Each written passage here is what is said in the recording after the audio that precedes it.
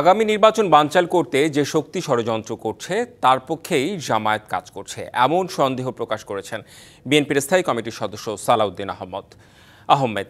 আর দলটির সিনিয়র যুগ্ম মহাসচিব রুহুল কবির রিজভী অভিযোগ করেছেন নতুন নতুন ইস্যু তৈরি করে জনগণের মাঝে বিভ্রান্তি ছড়ানোর চেষ্টা চলছে। শনিবার সকালে রাজধানীর শেরেবাংলা নগরে বিএনপির প্রতিষ্ঠাতা শহীদ রাষ্ট্রপতি জিয়াউর রহমানের সমাধিতে শ্রদ্ধা নিবেদন করে অ্যাসোসিয়েশন অব ইঞ্জিনিয়ার্স বাংলাদেশ অ্যাব। এতে অংশ নিয়ে দলটির সিনিয়র যুগ্ম মহাসচিব রুহুল কবির রিজভী অভিযোগ করেন নতুন ইস্যু তৈরি করে জনগণের মাঝে বিভ্রান্তি ছড়ানোর চেষ্টা চলছে। দল অনুগত প্রশাসন দিয়ে সুষ্ঠু নির্বাচন সম্ভব হবে না বলেও মনে করেন তিনি।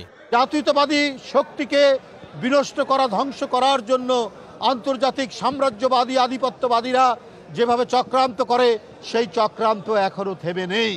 তারা নানাভাবেই চক্রান্ত করছেন, নানা ধরনের মাস্টার প্ল্যান তারা করে যাচ্ছে। এদিকে রাজধানীতে ন্যাশনাল ডেমোক্রেটিক পার্টি এনডিপির এক আলোচনা সভায় যোগ দেন বিএনপি স্থায়ী কমিটির সদস্য সালাউদ্দিন আহমেদ। আগামী নির্বাচন বানচাল করতে যে শক্তি ষড়যন্ত্র করছে তার পক্ষেই জামায়াত কাজ করছে বলে অভিযোগ করেন তিনি।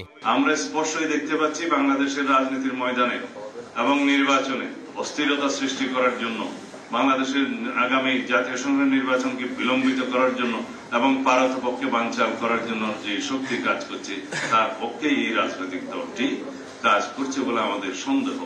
তিনি আরো বলেন জনগণকে বিভ্রান্ত করতেই পিয়ার সহ নানা দাবি সামনে আনা হচ্ছে। প্রশ্ন তুলেন পিয়ারের দাবি তোলা এসব দলের ২৪-এর গণঅভ্যুত্থান সহ গেল ১৬ বছরের ভূমিকা নিয়ে।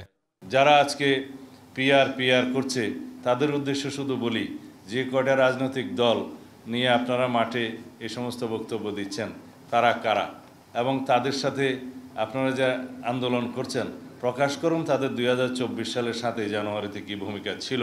যারা বিগত ১৬ বছরে ফ্যাসিবাদী শাসনামলে বাতাস করেছে আওয়ামী লীগের সমস্ত কর্মকাণ্ডে, তারা আপনাদের আন্দোলনের শরিক হয় কিভাবে? সংস্কার প্রক্রিয়া শেষ করে নির্বাচনের পথ প্রশস্ত করা না গেলে ফের উত্থান হবে ফ্যাসিবাদের, এমন শঙ্কাও জানান সালাউদ্দিন আহমেদ। সংস্কারের ইতিহাস, সাংবিধানিক সংস্কারের ইতিহাস।